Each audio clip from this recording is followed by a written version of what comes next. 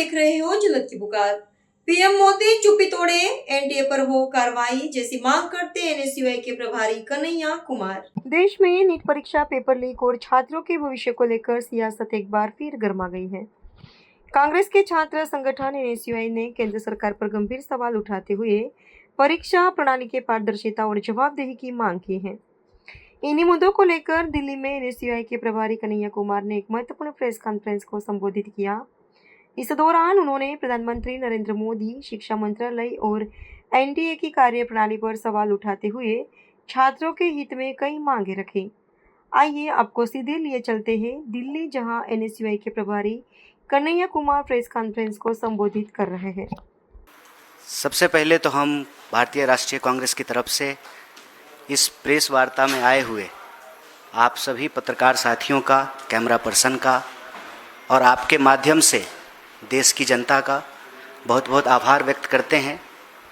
जैसा कि आप लोग जानते हैं, आज देश में चुने हुए विपक्ष के नेता राहुल गांधी जी का जन्म दिवस है और आज इस मौके पर एनएसयूआई ने ब्लड डोनेशन कैंप लगाया है और इसी वक्त यूथ कांग्रेस ने मेगा जॉब फेयर का आयोजन किया है। हम एनएसयूआई यूथ कांग्रेस के साथियों को इसके लिए धन्यवाद देते हैं। लेकिन इससे अलग आप सबसे एक महत्वपूर्ण विषय पर बातचीत के लिए हम पार्टी की तरफ से यहाँ उपस्थित हैं। पिछले एक महीने से आपके टाइमलाइन पर, आपके हेडलाइन पर आप जब स्क्रॉल करते हैं मोबाइल या लैपटॉप, तो एक विषय बार बार उभर करके आ रहा होगा। वो विषय है इस देश की शिक्षा व्यवस्था का।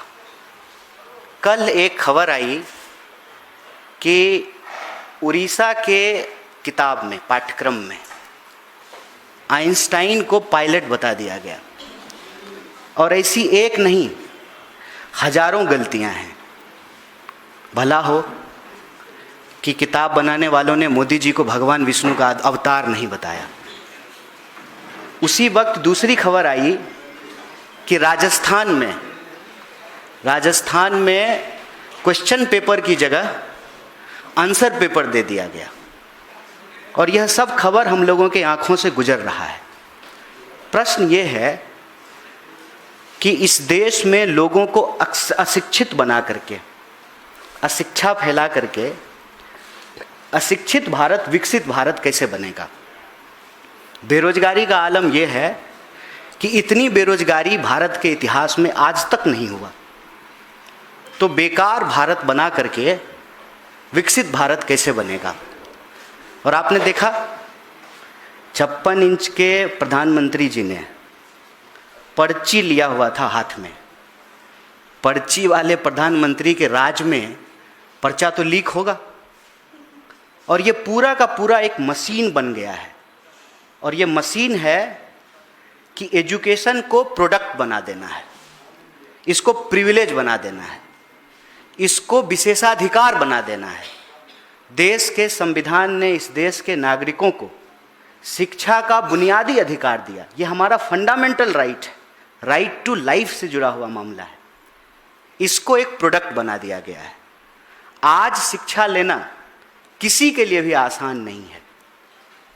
आप इस देश में जो विद्यार्थी स्कूल से ड्रॉप आउट होते हैं, उसका रेट उठा करके देख लीजिए। गलती से किसी तरह माँ बाप की गाढ़ी कमाई को खर्च करके जब लोग हायर एजुकेशन में पहुंच जाते हैं, वहाँ की स्थिति ये है कि क्वेश्चन पेपर की जगह आंसर पेपर दे दिया जा रहा है। और इस पूरे के पूरे शिक्षा व्यवस्था के कुव्यवस्था के लिए कौन जिम्मेवार है? जिम्मेवार वो है जो शिक्षा के लिए काबिल नहीं है, जो अयोग्य लोग हैं। ढूंढ ढूंढ करके वैसे लोगों को सिस्टम में बिठाया गया है। और जब कोई मामला उठता है तो सरकार की तरफ से एक ही कार्रवाई होती है और वो कार्रवाई है लीपापोती की। और लीपापोती की कार्रवाई कैसे होती है? ताकि बढ़िया सोशल मीडिया कैंपेन किया जा सके, रील बनाया जा सके और देश के शिक्षा मंत्री ने रील बनाने में कोई कसर नहीं छोड़ी। पहले रील बनाया कि इस बार नीट का पेपर वायुसेना लेकर के जाएगी। अव्वल तो इनको जब भी कोई कमी महसूस होती है, इनका नकारापन सामने आता है, तो तुरंत ये सेना के पीछे छुपने की कोशिश करते हैं। भाई मेरे, प्रश्न पत्र वायुसेना लेकर के जाएगी या एसपीजी लेकर के जाएगी, प्रश्न पत्र वहां से लीक नहीं हो रहा है। लीक वहां से हो रहा है जहां प्रश्न बन रहे हैं। आपके सिस्टम में लोग बैठे हुए हैं जो अयोग्य हैं, नकारे हैं, वहां से ये सारी गड़बड़ी फैलाई जा रही है। शिक्षा को लेकर के इस सरकार का जो अप्रोच है, उस माइंडसेट, उस मानसिकता के चलते ये स्थिति पैदा हो रही है। एक जुमला प्रधानमंत्री का याद है, हम हार्वर्ड वाले नहीं हैं, हार्ड वर्क वाले हैं। यही हार्ड वर्क है इनका। 22-22 घंटा मेहनत करते हैं पेपर चुराने के लिए। जो सरकार वोट चोरी से बनेगी वो पेपर चुराएगी।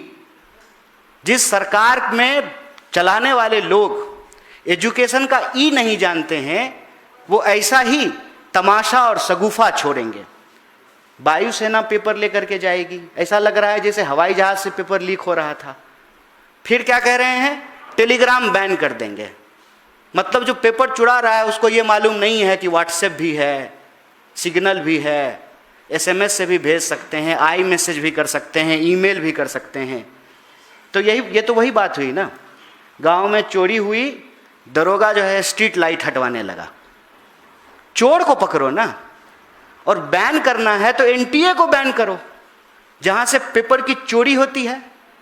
इस देश के नौजवान इस सरकार की कारस्तानियों पे हंसते हैं, इनका मजाक उड़ाते हैं, और इसकी जो है क्या क्रेडिबिलिटी रह गई है आप सोचिए। हर साल परीक्षा पर चर्चा करके रील बनाने वाले प्रधानमंत्री के मुंह से एक शब्द नहीं निकल रहा है कि सिलेबस में आइंस्टाइन को पायलट बताया जा रहा है, क्वेश्चन पेपर की जगह आंसर पेपर दिया जा रहा है, और कोई ऐसी परीक्षा नहीं है जिसका पेपर लीक नहीं हो रहा हो। अभी यूपीएससी के ऊपर भी सवाल उठे हैं कि एक कोचिंग के गेस्ट पेपर से 80% प्रश्न आ गए। इसका कारण क्या है? इसका कारण है इस सरकार में बैठे हुए लोगों का नकारापन, शिक्षा को लेकर के इनकी मानसिकता, और एजुकेशन जो फंडामेंटल राइट है उसको इन्होंने जोक बना दिया है। ये चाहते हैं कि कुछ लोग ही पढ़ें, जैसे कुछ लोग ही इस देश में धंधा कर सकते हैं। अगर आप प्रधानमंत्री के दोस्त हैं तभी आप धंधा कर सकते हैं, चंदा दीजिए, धंधा कीजिए। वैसे ही ये एजुकेशन को भी बना देना चाहते हैं कि आपके पास पैसा है तो आप पढ़ेंगे, और आपके पास पैसा नहीं है तो आप इस सिस्टम से बाहर हो जाएंगे। अपने माँ बाप की गाढ़ी कमाई को ये सिस्टम, ये मशीन उसको वसूली कर रही है, उसको चूस रही है। ये जो स्थिति है, इस पर जब देश के नेता प्रतिपक्ष ने साफ साफ अपने शब्दों में कहा कि हम शिक्षा पर राजनीति नहीं करना चाहते, ये नेशनल इंटरेस्ट का मामला है, इस पर पूरे देश के लोगों को विचार करना चाहिए कि हमारी शिक्षा व्यवस्था को क्या बना दिया गया है। इस व्यवस्था का नतीजा ये है कि आज आप अपने माँ बाप होने के भावना को महसूस कीजिए। हर माँ बाप को ये डर लग रहा है कि कहीं हमारा बच्चा कुछ कर ना ले। बच्चा भयंकर अवसाद में है, स्टूडेंट भयंकर अवसाद में है कि इतनी मेहनत तो कर रहे हैं, पता नहीं पेपर ठीक से होगा कि नहीं होगा, और अगर गलती से अपवाद पेपर ठीक से हो जाए तो एडमिशन मिलेगा कि नहीं मिलेगा। सरकारी सिस्टम को धीरे धीरे समाप्त कर दिया गया। हर जगह जो है लिटरल एंट्री ला दी गई है। आप बस फर्ज कीजिए कि आपको पहले भरोसा था कि हम अपनी मेहनत से खूब पढ़ाई करेंगे, एक दिन यूपीएससी कंप्लीट करेंगे तो हम इस देश के प्रशासनिक पदाधिकारी बनेंगे। क्या ये सपना लोगों के बच्चों से छीन नहीं लिया गया है? आज बच्चों को क्या ये आत्मविश्वास बचा है कि आप खूब मेहनत करेंगे तो आपका एडमिशन हो जाएगा, आप एंट्रेंस निकाल लेंगे, आपको अच्छी नौकरी मिल जाएगी और आप अपने परिवार के सपनों को पूरा कर पाएंगे? इस पूरी की पूरी व्यवस्था पर जब नेता प्रतिपक्ष ने एक स्लाइड जो यहाँ चल रहा है, एक प्रेजेंटेशन दिया, तो बेशर्मी का नमूना देखिए। भाजपा का हर मंत्री, अव्वल तो इनके बीच में कंपटीशन है, गर्मी और बेशर्मी, किसका डिग्री ज्यादा होगा। गर्मी 45 डिग्री पे है, इनकी बेशर्मी 99 डिग्री पे पहुंच गया है। क्या कह रहे हैं? नीट का एग्जाम है। नीट का एग्जाम नहीं है, नीट का दोबारा एग्जाम है। इतनी भी बोलने की हिम्मत नहीं बची है इनको। नीट का एग्जाम नहीं है, नीट का दोबारा एग्जाम है और 1 महीना में दूसरी बार एग्जाम है। और यह एग्जाम ठीक से होगा कि नहीं होगा, इसको लेकर के आम लोगों का भरोसा उठ गया है। यह कहने की बजाय कि हम पेपर लीक करने वालों पे सख्त कार्रवाई करेंगे, राहुल गांधी से सवाल पूछ रहे हैं। राहुल गांधी ने पेपर लीक कराया है, कांग्रेस पार्टी की सरकार है, कांग्रेस पार्टी के एजुकेशन मिनिस्टर हैं, थोड़ी तो जिम्मेदारी का एहसास होना चाहिए। लेकिन जब व्यक्ति का चयन ही उसकी योग्यता और जिम्मेदार व्यवहार के आधार पर नहीं, चापलूसी और नकारेपन के आधार पर होगा, तो ऐसे लोग ही चुने जाएंगे। हम कहते हैं कि प्रधानमंत्री जी अभी भी वक्त है, एक बार मौका निकाल करके राहुल जी का प्रेजेंटेशन देखिए। वैसे भी आप उनका कहा हुआ बात मानते हैं, आपको मानना पड़ता है। आपको जीएसटी में माननी पड़ी, 2 दर्जन से ज़्यादा बार आप उसमें संशोधन कर चुके हैं और अभी तक भी जीएसटी ठीक से चल नहीं रही है। नोटबंदी पे माननी पड़ी कि नोटबंदी करने से 2000 का नोट चला देने से यह समस्या दूर नहीं हो जाएगी, और ये खुद ही 2000 का नोट चला करके उसको बंद करा लिए हैं, और कुछ महान पत्रकार उसमें चिप भी लगा रहे थे। अभी तक तो किसी पत्रकार ने ये नहीं कहा है, आप बुरा मत मानिएगा, ये स्थिति है, हम सबका दर्द है ये। किसी पत्रकार ने ये नहीं कहा है कि इस बार पेपर में चिप लगा रहेगा, पता चल जाएगा अगर पेपर लीक होगा तो। ऐसा सगुफा किसी ने छोड़ा नहीं है। ये स्थिति देश के भीतर है, और उस पर प्रधानमंत्री जी कोरोना से लेकर के आज पेपर लीक तक जो नेता प्रतिपक्ष कह रहे हैं उसको गंभीरता से लीजिए। शिक्षा का मसला राजनीति का मसला नहीं है, शिक्षा का मसला इस समाज के, देश के भविष्य का मसला है। जो लोग भाजपा को वोट कर रहे हैं, क्या उनके बच्चे सीबीएसई में अपीयर नहीं हो रहे हैं? क्या उनके बच्चे नीट का, रीनीट का एग्जाम देने के लिए मानसिक तनाव में नहीं है? क्या उनके परिवार के बच्चे यूपीएससी की तैयारी नहीं कर रहे हैं? शिक्षा का मसला हम सब के लिए बेहद गंभीर मसला है, और आप सोच करके देखिए कि धीरे धीरे धीरे धीरे इस शिक्षा व्यवस्था को क्या बना दिया गया है। पहला, इस शिक्षा व्यवस्था पर से आम लोगों का भरोसा टूट गया है। दूसरा, आम नौजवान, आम विद्यार्थी आज उससे सपना देखने का अधिकार छीन लिया गया है। तीसरा, माँ बाप को लगता था कि पढ़ेंगे, मेहनत करेंगे, नौकरी करेंगे, फिर अपने बच्चों को अपने से भी ज़्यादा अच्छी शिक्षा देंगे। आज उनका पॉकेट यह सरकार काट रही है, और हम कहते हैं कि चौकीदार नहीं हैं ये पॉकेट मार हैं। ये इस देश के आम लोगों का जेब काट रहे हैं। सबको मालूम है कि बच्चे को पढ़ाने के लिए आप अपना घर गिरवी रख देंगे, अपनी जमीन गिरवी रख देंगे, अपना सोना गिरवी रख देंगे। इसीलिए आज शिक्षा को एक सेलिंग प्रोडक्ट बना दिया गया है। कुकुर मुत्ते की तरह जो है हर तरफ नए नए संस्थान खुले हैं, और अगर आपका दखल है सरकार में, आपके जान पहचान के मंत्री हैं, तो आपकी योग्यता की कोई आवश्यकता नहीं है। आप बस नरेंद्र मोदी जिंदाबाद कहिए और आप किसी भी विश्वविद्यालय के वाइस चांसलर बन जाइए, एनटीए के डायरेक्टर बन जाइए, कहीं किसी इंस्टीट्यूशन के डायरेक्टर बन जाइए। यही इस शिक्षा व्यवस्था के साथ किया जा रहा है। और जब बवाल होता है, लोग सवाल पूछते हैं, सड़कों पर निकलते हैं, नेता प्रतिपक्ष सवाल पूछते हैं, तो आ करके मंत्री, विधायक और सांसद कहते हैं कि राजनीति कर रहे हैं। अच्छा, हम राजनीति कर रहे हैं, हम कह रहे हैं कि पेपर नहीं होना, लीक नहीं होना चाहिए, तो हम राजनीति कर रहे हैं और आप पेपर चुरा रहे हैं। ये बड़ा जो है देशभक्ति का काम है। शिक्षा में आज जो स्थिति पैदा की गई है, इस पर पूरे देश को गंभीरता से सोचने की जरूरत है। सरकार का शिक्षा का जो कुल बजट है, उससे ज्यादा आम लोग अपने जेब से खर्च कर रहे हैं, और जेब से खर्च करने के बावजूद इस बात की गारंटी नहीं है कि उनके बच्चों को अच्छी गुणवत्तापूर्ण शिक्षा मिलेगी, और शिक्षा के बाद फेयर एग्जामिनेशन होगा, और एग्जामिनेशन के बाद एडमिशन होगा, नौकरी मिलेगी, इसकी गारंटी नहीं है। इसीलिए कांग्रेस पार्टी के लिए शिक्षा का सवाल एक अहम सवाल है। इसको लेकर के हम लगातार सड़कों पर हैं और हम आपको याद दिला देना चाहते हैं, कई सारे बेशर्म प्रवक्ता भाजपा के और मंत्री कह रहे हैं कि अभी एग्जाम है तो आप राजनीति कर रहे हैं। नहीं, आप भूल गए, ये एग्जाम दोबारा हो रहा है, पेपर लीक होने के बाद 1 महीने के भीतर हो रहा है और आप टेलीग्राम को बैन करके ये लीपापोती कर रहे हैं कि कुछ ही लोगों को पता चलना चाहिए। पेपर लीक जो है पता कब चला? जब करोड़ों में कुछ लोगों को बेचा गया प्रश्न पत्र और वो जब आगे बेच दिया, मतलब 80 बार से ज्यादा जो पेपर लीक हुए हैं वो तो देश को पता चला है, और कितना पेपर लीक हो रहा है इसकी कोई गारंटी नहीं है। और वो बेशर्मी की हालत ये है कि जवाबदेही तय करने की बजाय कह रहे हैं कि 2 दिन के बाद एग्जाम है, आप प्रेजेंटेशन दे रहे हैं। तो हम आज इस सवाल को नहीं उठा रहे हैं। अपनी याद में हम आपको बता दें कि ये लगातार 4था साल है जब नीट के पेपर को लेकर के सवाल उठे हैं। हम आपको याद दिला दें कि पिछले साल भी इसी वक्त सुप्रीम कोर्ट में हमने पिटीशन किया और सुप्रीम कोर्ट में सरकार की तरफ से हलफनामा दिया गया कि नहीं, ज्यादा पेपर लीक नहीं हुआ है, कुछ सेंटर पर लीक हुआ है, इसलिए रीनीट कराने की जरूरत नहीं है।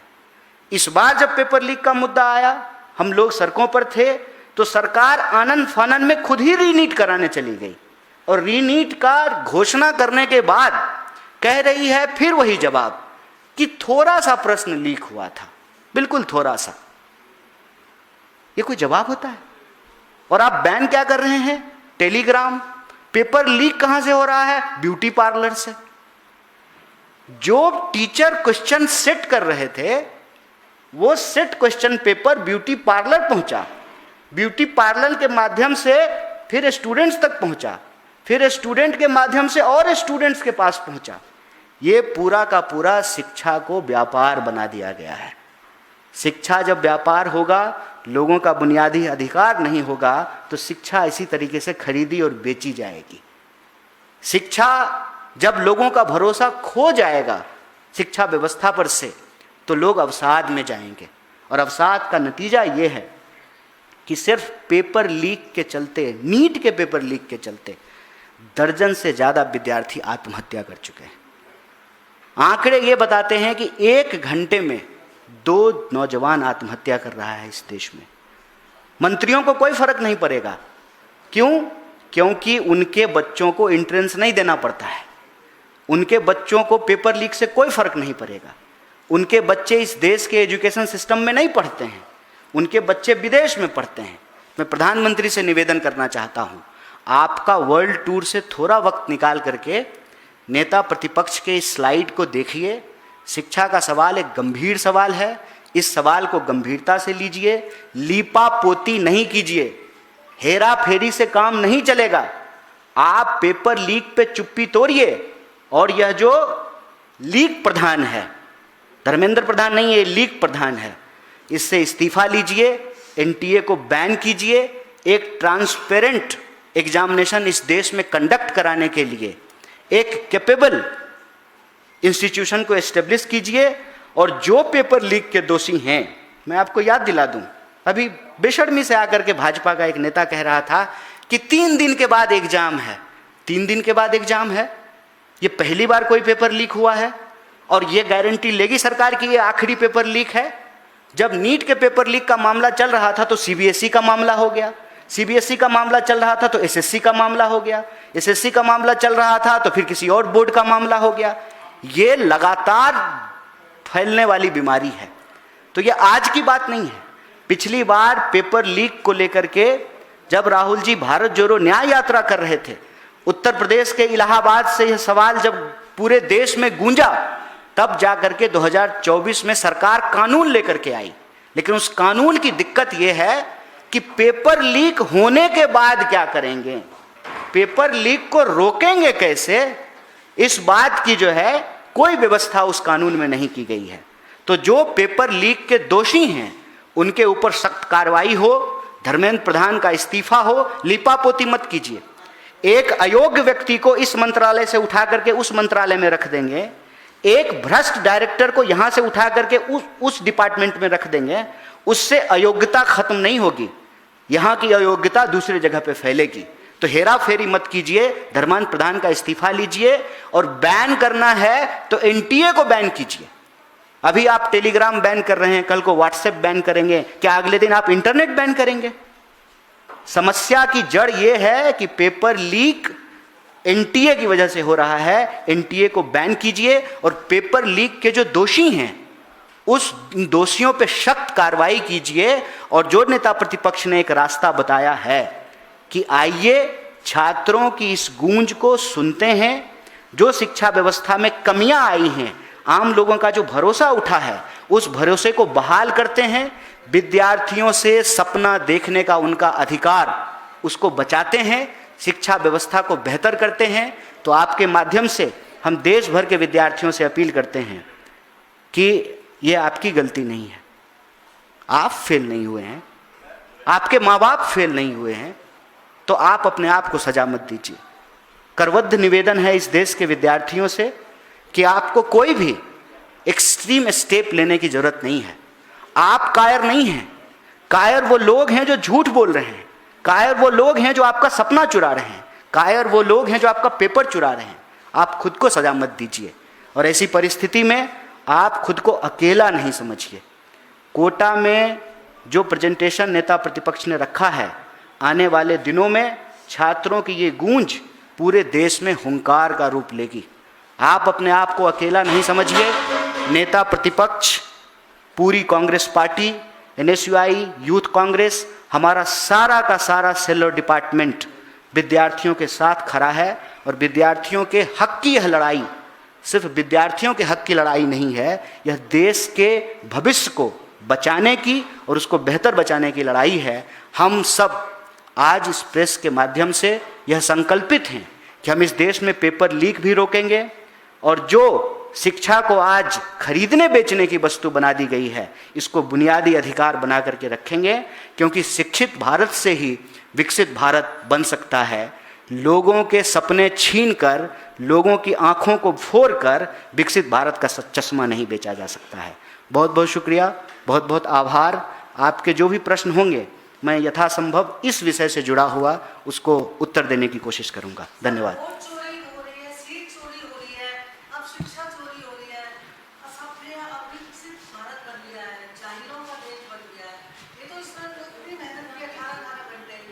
मैं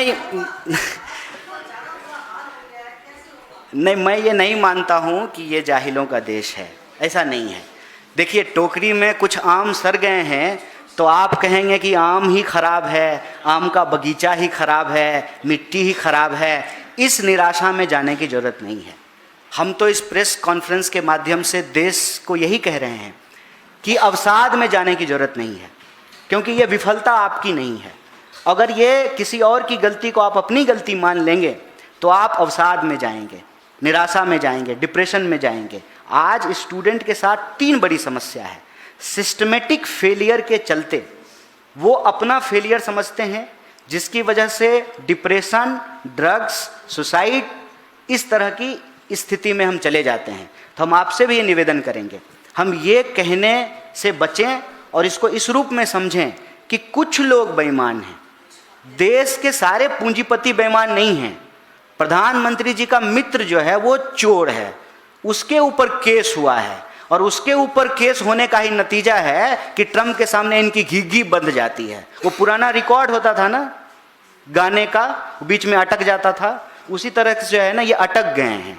जब आप लटक जाते हैं, जब आप सरेंडर कर जाते हैं, तो ये स्थिति पैदा होती है। ये सिस्टम की गलती है। हमारी देश आज भी उर्वर है, लोग टैलेंटेड हैं, शिक्षा व्यवस्था में लोग बेहतर कर रहे हैं और बेहतर करने की ज़रूरत है। ऐसा नहीं है कि सरकार ने शिक्षा देने से जब लोगों को मना कर दिया है तो लोग खुद से नहीं दे रहे हैं। इसीलिए तो आज पब्लिक फंडेड जो एजुकेशन सिस्टम है, जो सरकार का बजट है एजुकेशन पे, उससे ज़्यादा खर्च लोग कर रहे हैं अपने बच्चों को पढ़ाने में। आप सरप्राइज्ड होंगे कि अगर कोई व्यक्ति 1 लाख कमा रहा है तो 30,000 रुपया अपने बच्चों के एजुकेशन पे खर्च कर रहा है। और इसीलिए हम इस देश में हमेशा से शिक्षा को महत्व दिए हैं। कहते हैं पढ़ोगे लिखोगे बनोगे नवाब। ये मानसिकता इस देश में रही है। जो लोग खुद नहीं पढ़ पाते हैं वो भी चाहते हैं कि उनके बच्चे पढ़ें, और इसीलिए अपनी गाढ़ी कमाई का एक बड़ा हिस्सा वो एजुकेशन पे खर्च करते हैं। और इसीलिए जो पूरा सिस्टम है, जो मशीन है, उनसे उनका पैसा जो है वो एक्सट्रैक्ट कर रहा है, वसूल रहा है। तो हम ये ना कहें कि देश नकारा है, हम ये बिल्कुल ये ना कहें।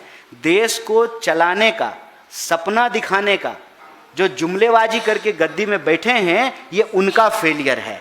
इस देश के लोगों का सिस्टम पर भरोसा था। ये गरीब से गरीब परिवार के लोग सोचते थे कि अगर हम अपने बच्चे को पढ़ा देंगे, वो मेहनत करेगा, यूपीएससी कंप्लीट करेगा तो आईएएस आईपीएस बनेगा। इस देश में आईआईटी की क्रेडिबिलिटी है, इस देश में एम्स की क्रेडिबिलिटी है, इसीलिए वहां पहुंचने की मारामारी है। अगर ये भरोसा नहीं होता, ये public funded education system performing नहीं होते, अच्छा आईआईएम नहीं होता, अच्छी आईआईटी नहीं होती, यूपीएससी नहीं होता, बीपीएससी नहीं होता, जेएनयू नहीं होता, जामिया नहीं होता, इलाहाबाद यूनिवर्सिटी नहीं होता, तो ये सपना भी नहीं होता। ये सपना जो आज बाजार में बेचा जा रहा है, इसीलिए बेचा जा रहा है कि ये परफॉर्मिंग इंस्टीट्यूशंस हमारे देश के लोगों ने ही बनाया है, और हमारे देश के इंजीनियर पूरी दुनिया में जाकर के अपना नाम कर रहे हैं, हमारे देश के डॉक्टर पूरी दुनिया में जाकर के अपना नाम कर रहे हैं। तो हम ये ना कहें कि देश खराब हो गया है, देश के लोग नकारे हैं। यही अवसाद की वजह होती है, गलती कुछ लोगों की है, उन पर यह दोष देने की जरूरत है। और इसीलिए हमने कहा पर्ची वाले प्रधानमंत्री के राज में पर्चा लीक हो रहा है, हमको इस पर फोकस रखने की जरूरत है। दोनों बात है, दोनों बात है। कन्हैया, मेरा सवाल है, मेरा नाम तेजपाल सिंह है। 8th क्लास की बुक मेरे पास में है, मोबाइल पर भी। जो ये 3 लैंग्वेज फार्मूला लेके आ रहे हैं सीबीएसई को पता ही होगा, और हिंदी हमारी मेन भाषा, हिंदी और संस्कृत, और तीसरी भाषा इंग्लिश को फॉरेन लैंग्वेज में डाल रहे हैं। अच्छी बात है, मैं उस पर डिबेट में नहीं आना चाहता। सवाल यह है कि हिंदी तो कम से कम बेहतर हिंदी सिखाई जानी चाहिए। मैं आपको 2 उदाहरण दे रहा हूँ कि अपयश का जो प्रोनाउंसिएशन है, समानार्थी वर्ड है, वो अपवाद दिया है 8th क्लास में। दूसरा जो वर्ड है अंधा, अंधा का समानार्थी वर्ड दिया है प्रज्ञा चक्षु। अब जिसको बच्चा सीख के जाएगा, तो इस तरह की हिंदी सीखने के बाद क्या, देखिए फिर ये बात वहीं पहुंच जाती है। नाकाबिल लोग, नकारे लोग जब व्यवस्था को चलाने की जिम्मेवारी उनको मिल जाए तो ऐसे ही परिणाम आते हैं। योग्यता जरूरी होती है, अनुभव जरूरी होता है। यह सरकार ऐसी है कि जिसको क्रिकेट खेलने नहीं आता है ना, वो बीसीसीआई चला रहा है। और आप भाषा की बात कर रहे हैं, आपने अमित शाह के बेटे की अंग्रेजी सुनी है? ऑक्सफोर्ड के लेवल की इंग्लिश है। ये मंत्री के बच्चे की हालत है। तो आप अंदाजा लगाइए कि इस देश के आम लोगों को कैसी एजुकेशन मिल रहा है। एआई का जमाना हो गया है, देख के भी गलत पढ़ते हैं। प्रधानमंत्री का भाषण सुने हैं कई बार, इतिहास का कितना ज्ञान है उनको। टेलीप्रॉम्प्टर लगा करके झूठ बोलते हैं, किसी को किसी के साथ बिठा देते हैं, कबीर को नानक के साथ बिठा देते हैं। ये इतिहास आपने सुना है। ये सारी चीज़ें पैदा कहाँ से होती है? ये सारी चीज़ें पैदा होती है जब हम नकारेपन को सेलिब्रेट करने लगे, जब हम मूर्खता को सेलिब्रेट करने लगे, जब हम अयोग्यता को नगारे बजा करके स्वागत करना शुरू कर दें। प्रधानमंत्री ने कहा था ना, हम हार्वर्ड नहीं हार्ड वर्क वाले हैं। क्या उन्होंने शिक्षा व्यवस्था पे मजाक नहीं उड़ाया था? वो उन्होंने कहा था ना कि मैं पढ़ता नहीं हूं, मैं ऐसे देखता हूं, फोटोजेनिक मेमोरी है। कहा था कि नहीं कहा था? जब प्रधानमंत्री ऐसा होगा, उसका प्रधान कैसा होगा? उसका प्रधान फिर ऐसा ही होगा कि कह रहा है कि पूरा पेपर लीक नहीं हुआ, थोड़ा पेपर लीक हुआ है। जैसे नल से थोड़ा थोड़ा पानी नहीं निकलता है। ये सरकार चला रहे हैं कि प्लम्बर की दुकान चला रहे हैं? आप इस पूरी की पूरी मानसिकता को देखिए, और उस मानसिकता का नतीजा क्या है? शिक्षा को खरीदने बेचने की वस्तु बनाई गई, सपना देखने को गुनाह बनाया गया, आम लोगों का भरोसा सिस्टम पर से उठ गया। नतीजा जो चोर थे उनका मनोबल बढ़ गया। आप मुझे बताइए कि विधायक खरीदने वाले चोर को जब आप चाणक्य कहेंगे तो चोरों का मनोबल बढ़ेगा कि नहीं बढ़ेगा? चोरों के बीच में कंपटीशन होगा, जो ज्यादा चोरी करेगा वो उतना बड़ा मंत्री बनेगा। क्यों चाणक्य कह रहे हैं विधायक चुराने वाले को? और जब चाणक्य विधायक चुराएगा तो वसूलेगा किससे? आप ही से तो वसूलेगा। फिर पेट्रोल डीजल का दाम बढ़ेगा, क्योंकि एमएलए खरीदने में बहुत पैसा खर्च हो गया है। जब सरकार विधायक चुरा करके बनाया जाएगा, जब सांसद जो है सीट चोरी करके बनाए जाएंगे, वहां तो पेपर चोरी होगा। और जो एनटीए के डायरेक्टर हैं, जो तमाम रिस्पॉन्सिबल लोग हैं, उनको मालूम है कि एक तो हल्ला नहीं होगा, हल्ला तो तभी होगा ना जब देश का कम्युनिकेशन सिस्टम इस पे कोई डायलॉग शुरू करेगा। अब आप देखिए कि नेता प्रतिपक्ष कोटा में जाकर के एजुकेशन सिस्टम पे एक प्रेजेंटेशन रख रहे हैं, उस पर जवाब देने की बजाय आप उनको ही गुनाहगार साबित कर रहे हैं। कह रहे हैं कि 2 दिन के बाद एग्जाम है, आप क्यों बात कर रहे हैं। मैंने कहा कि 2 दिन के बाद एग्जाम है, री एग्जाम है, 1 महीने में दूसरी बार एग्जाम है। इस फैक्ट को खा जा रहे हैं, इस फैक्ट को खा जा रहे हैं कि एनटीए का जो डायरेक्टर है उसका आरएसएस बीजेपी से संबंध है और उस एनटीए पे हर साल सवाल उठा है। क्या ये सिर्फ इस बार पेपर लीक हुआ है? पिछले बार भी पेपर लीक हुआ, उससे पिछले साल भी पेपर लीक हुआ। क्या सिर्फ एक एग्जाम का पेपर लीक हुआ है? हर एग्जाम का पेपर लीक हो रहा है। और जब सीबीएसई के स्टूडेंट ने इस पे सवाल उठाया, उसको एंटी नेशनल बोलने लगे। आपके सिस्टम में जो खामी थी उस पर कोई सवाल उठाता है तो आप उसको एंटी नेशनल बोलने लगते हैं। तो ये मानसिकता का सवाल है, और इस मानसिकता में अयोग्य लोग जब उन पदों पर बैठेंगे, उसका नतीजा यही होगा कि फिर किताब में आइंस्टाइन को पायलट ही बताया जाएगा और मोदी जी को भगवान विष्णु का अवतार। जी कन्हैया जी, हाँ, उनके पास माइक पहले से, उनसे ले लेते हैं, फिर आपसे, फिर आपका प्रश्न। जी 2 सवाल हैं। एक तो झारखंड में कल जो राज्यसभा चुनाव के दौरान क्रॉस वोटिंग हुई इंडिया गठबंधन के अंदर, आपके प्रभारी के राजू ने कहा कि सीपीआई-एमएल और आरजेडी के विधायकों ने क्रॉस वोटिंग की। अब सीपीआई-एमएल के महासचिव दीपांकर भट्टाचार्य ने मल्लिकार्जुन खड़गे कांग्रेस अध्यक्ष को चिट्ठी लिखी है, अपनी नाराजगी जताई है और उन्होंने कहा है कि सीपीआई-एमएल के दोनों विधायकों ने कांग्रेस उम्मीदवार के लिए वोट किया, कांग्रेस के नेता गलत बयानी कर रहे हैं, इससे पार्टी की छवि खराब हो रही है। इस पर आपकी क्या प्रतिक्रिया? देखिए, हमारे लिए एकजुटता महत्वपूर्ण है और इस संबंध में जो आप रिपोर्ट कर रहे हैं, जो संबंध व्यक्ति हैं वो आपसे बात करेंगे, इसका जवाब भी देंगे। लेकिन इस प्रश्न के जवाब में हम रीटरेट करते हैं कि 1 सीट, क्रॉस वोटिंग, कुछ सीट, ये अपनी जगह पे है। हम इस देश को बचाने की लड़ाई में एकजुटता के पक्षधर हैं और यह एकजुटता इस तरह की कार्रवाइयों से कमज़ोर ना पड़े, इसकी कोशिश कांग्रेस पार्टी जरूर करेगी। और जो इसके अधिकृत व्यक्ति हैं, आप लोगों से, मीडिया के साथियों से बात करेंगे। एक चीज और, आपके नेता का जन्मदिन है। बनारस में कुछ कांग्रेस के कार्यकर्ताओं ने राहुल गांधी की परशुराम अवतार वाली एक तस्वीर के साथ जश्न मनाया, उस पर फूल आदि चढ़ाए, दूध चढ़ाया, गंगा स्नान करवाया।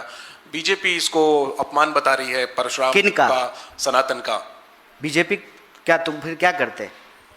मतलब मोहन भागवत बना करके उनका जो है फोटो लगा करके फिर केक खिलाते तो बीजेपी वाले खुश हो जाते? ये कोई बात होती है? इस देश में अपने नायक को, अपने मन के जो उनके नायक हैं, उसके साथ मिलाना, जोड़ना, ये होता रहा है। हमने तो आज और भी तस्वीरें देखी, लेकिन आप लोग नहीं देख पाए। कुछ जो है राहुल जी को अंबेडकर की तरह भी पेश करते हैं, कुछ लोग जो है उनको बिरसा मुंडा की तरह भी पेश करते हैं, कुछ परशुराम की तरह भी पेश कर रहे हैं। मैं होता तो मैं ज़रूर ये कहता कि भाई राहुल गांधी जी को राहुल गांधी की तरह ही रहने देते हैं। उनकी अपनी व्यक्तिगत पहचान है, उनकी अपनी व्यक्तिगत योग्यता है और उनकी अपनी सामूहिक लड़ाई है, उनकी अपनी योग्यताएं हैं। राहुल गांधी ही रहें तो बेहतर है, ये एक बात है। लेकिन भाजपा 3 में कि 13 में, भाजपा कौन होती है इस पे सवाल पूछने वाले? उसका पेटेंट है परशुराम जी पे कि राम जी पे? ये नाथूराम का फोटो लगाएं, राम जी पे फोटो लगाने का उनका कोई पेटेंट नहीं है। और ये नाथूराम को मानने वालों ने ही प्रभु श्री राम का चंदा चुरा लिया है, उसका जवाब दें। ये इधर उधर की बात नहीं करें। अपने नायक का जो आज जिंदा हैं और हमारे नायक जो हमारे विचारों में जिंदा हैं, उस तरह से हम उनको प्रस्तुत करते हैं, इसमें क्या दिक्कत है? तब तो कल को मान लीजिए कि बाकी सारे लोग जो अपना अपना नाम रखते हैं भगवान के नाम पे, उस पर जो है भाजपा रोक लगा देगी, मेरे माँ बाप पे केस कर देगी कि मेरा नाम कन्हैया क्यों है, मुकदमा कर देगी, क्योंकि पेटेंट है उनका। कौन ये पेटेंट दिया है उनका? देखिए, हिंदू होने में और संघी होने में फर्क होता है। इस देश के लोग हिंदू हैं, संघी नहीं हैं। जो संघी हैं वो भाजपा में हैं।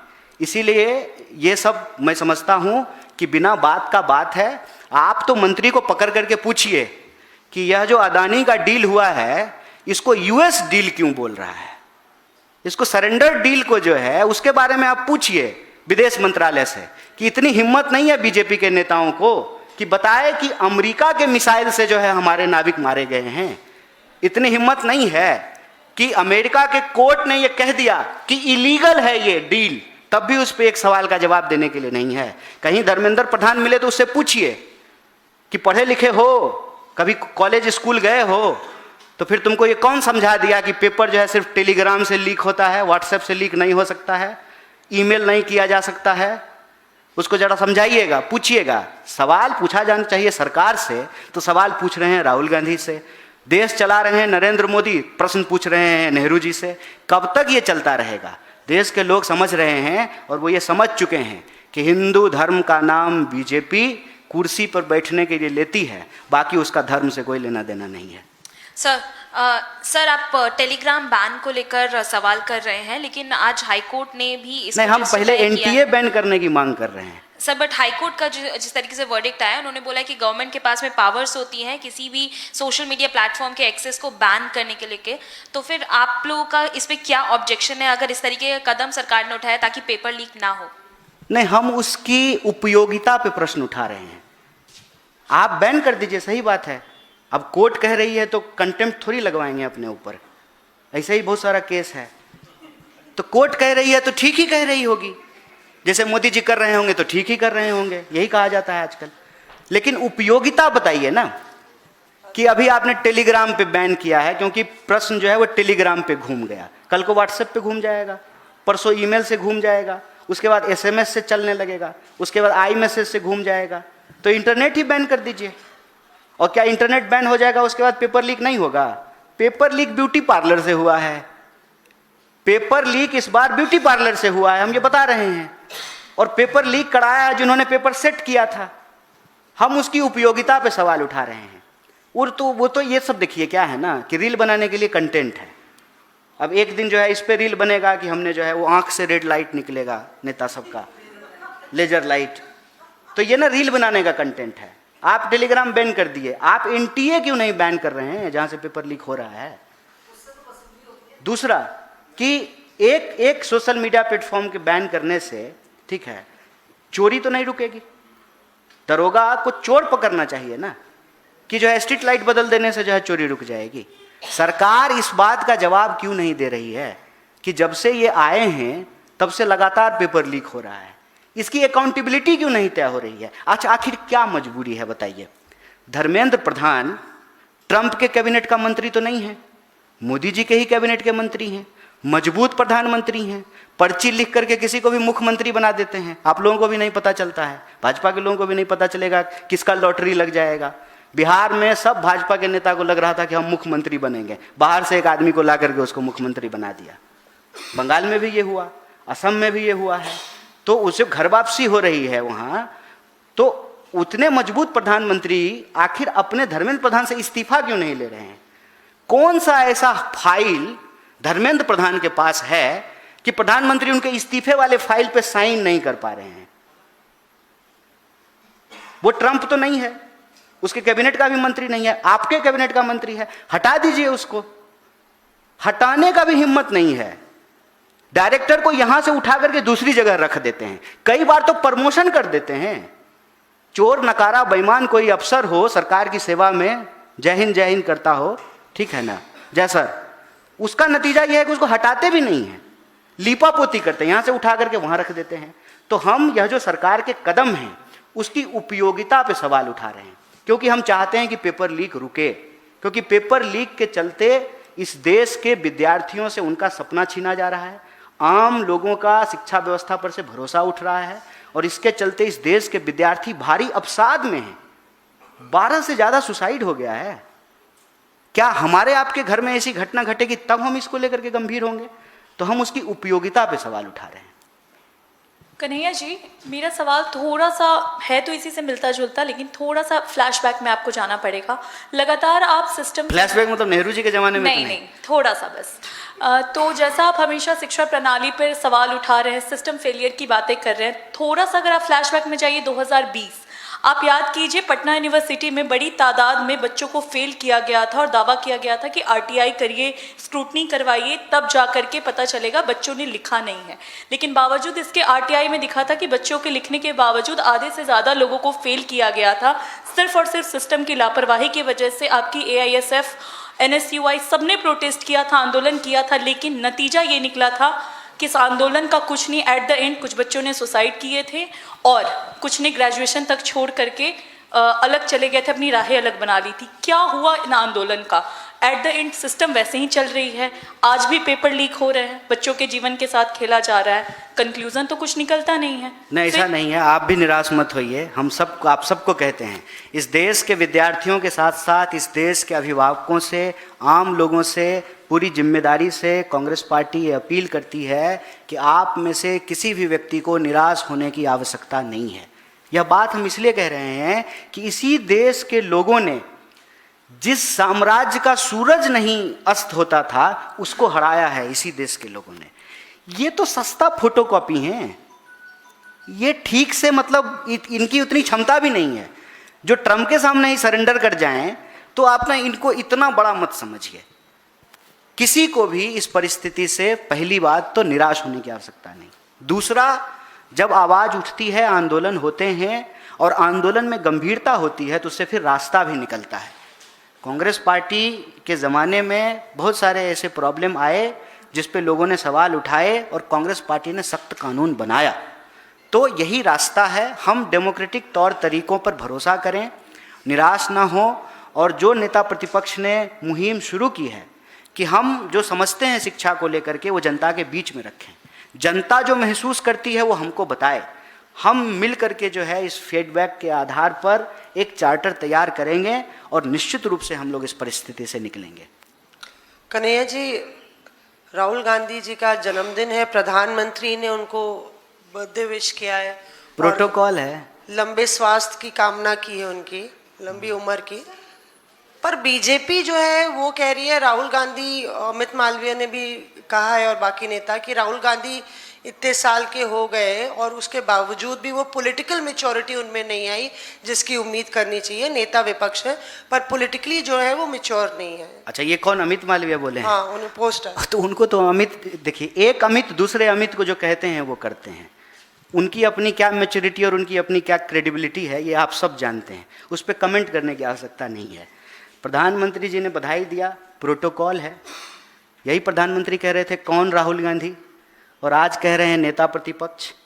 तो हम जनता के प्रति बहुत आभार व्यक्त करते हैं, बड़ी विनम्रता से इस देश के लोकतंत्र का सम्मान करते हैं, इसीलिए हाथ में वो संविधान लेकर के चलते हैं कि जिस व्यक्ति को कहा जाए कौन राहुल गांधी, वो इस संविधान की ताकत है कि जब वो नेता प्रतिपक्ष बन जाते हैं तो प्रधानमंत्री को प्रोटोकॉल निभाना पड़ता है।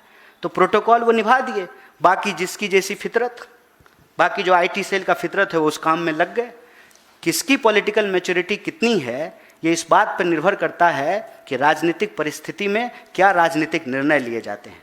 और हमको पूरा भरोसा है कि ट्रंप के सामने अगर राहुल गांधी होते तो उनके हाथ में पर्ची नहीं होता और वो ऐसे झुक करके नहीं बैठे होते जैसे जो है वो हमारा मालिक हो। हमारा मालिक नहीं है, वो अमेरिका का राष्ट्रपति है, भारत का राष्ट्रपति नहीं है। राहुल गांधी उसके आँख में आँख डाल करके जरूर पूछते कि सब कैंसिल करेंगे, पहले इस बात का जवाब दो कि तुम्हारे मिसाइल ने, तुम्हारी नेवी ने हमारे 3 लोगों को क्यों मारा। ये सवाल उससे पूछते।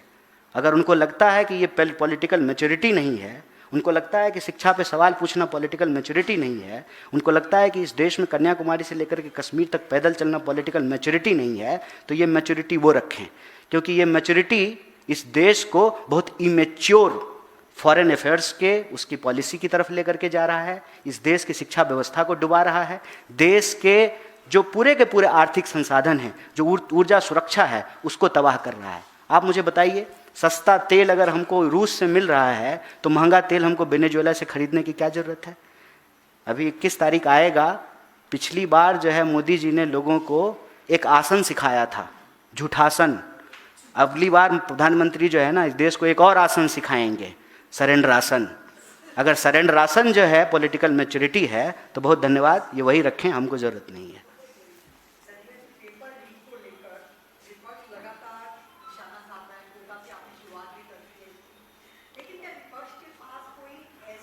ठोस राष्ट्रीय नीति या रोड मैप है जिससे भविष्य में पेपर लीक की घटनाओं को पूरी तरह से रोका जा सके। देखिए, विपक्ष तो आपने बहुत बड़ी बात कह दी। हम लोग छात्र आंदोलन से निकल करके आए हैं और कुछ जो पॉलिटिकल स्लोगन हुआ करते थे स्टूडेंट एक्टिविज्म के, आज भी वो रेलिवेंट हैं। शिक्षा पर जो खर्चा हो बजट का 10वां हिस्सा हो। अगर आप अपने एजुकेशन पे बजट का 10% खर्च करेंगे तो बहुत सारा प्रॉब्लम सॉल्व हो जाएगा। एजुकेशन को अगर आप प्रिविलेज ना बना करके लोगों का फंडामेंटल राइट बना करके रखेंगे तो बहुत सारा प्रॉब्लम सॉल्व हो जाएगा। जब परफॉर्मिंग पब्लिक सेक्टर होता है तभी प्राइवेट सेक्टर थ्राइव करता है। अगर IITs नहीं होते तो प्राइवेट इंजीनियरिंग कॉलेज का जाल नहीं बिछता, अगर एम्स नहीं होता तो प्राइवेट मेडिकल कॉलेज का जाल नहीं बिछता। तो सरकार को शिक्षा देना लोगों को, ये जिम्मेवारी है उनकी, इस जिम्मेवारी से वो भाग नहीं सकते हैं। बात यह है ना कि आजकल टोल मॉडल चल रहा है देश में।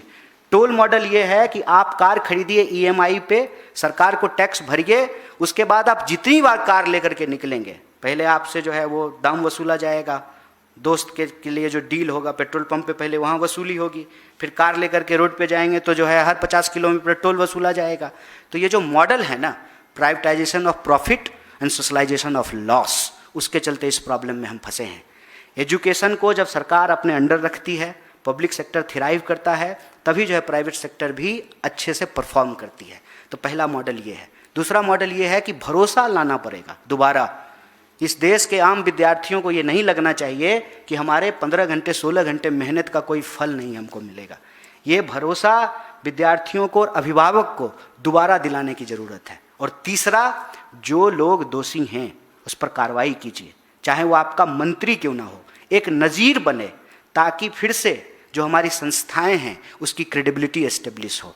NTA के लोग पेपर लीक करा रहे हैं और आप बार बार जो है NTA को एग्ज़ाम कराने का टेंडर दे रहे हैं। तो ऐसा नहीं है कि रोल मॉडल नहीं है, रोल मॉडल है। और अभी जो हमको जितनी बात समझ में आई है, नेता प्रतिपक्ष ने उसको एक प्रेजेंटेशन के रूप में देश के सामने रखा है। बाकी हम देश के विद्यार्थियों, अभिभावकों, शिक्षाविदों, पत्रकारों और बुद्धिजीवियों से ये अपील करते हैं कि आप अपना फीडबैक दीजिए। हम एक स्टूडेंट के लिए बेहतर एजुकेशन चार्टर बनाने की कोशिश करेंगे। हेलो सर, ऐसा है कि आपने जो भी बात कही है वो बिल्कुल सही है, लेकिन जब एजुकेशन का बिल पास हुआ तो अपोजिशन ने कोई आवाज़ नहीं उठाई। जब उसका बजट कम किया तो भी कोई आवाज़ नहीं आई। अनएम्प्लॉयमेंट बढ़ी तब भी कोई आवाज़ नहीं आई। अब नीट का पेपर लीक है तो वो तो होना ही था। नहीं, ऐसा तो नहीं है। अब हम उस पे अब आप क्या कहना चाहते हैं? नहीं, हम आवाज़ उठाते हैं। बात यह है कि अगर हमारी माइक ही यहाँ बंद कर दी जाए और कैमरा बस सामने लगा हो, कुछ दिखाए ही नहीं, अब 1 घंटा रिकॉर्ड करके ले जाएं और चलाएं ही नहीं, क्या जनेंद्र जी, है ना? मतलब हम कह रहे हैं कि ये जो आप रिकॉर्ड कर रहे हैं उसको दिखाना भी तो पड़ेगा ना। तो माइक ही बंद कर देंगे तो कैसे देखेगा? हम इस देश के विद्यार्थियों और अभिभावकों से कहते हैं कि आपका राजनीतिक पक्ष कुछ भी हो, आपकी पार्टी, आपकी विचारधारा कुछ भी हो, लेकिन इस देश का विपक्ष होने के नाते राहुल गांधी ने देश से अपील किया है कि इस देश की शिक्षा व्यवस्था को बेहतर करना हमारी जिम्मेवारी है और विद्यार्थियों के हक के लिए लड़ना हमारी जिम्मेवारी है।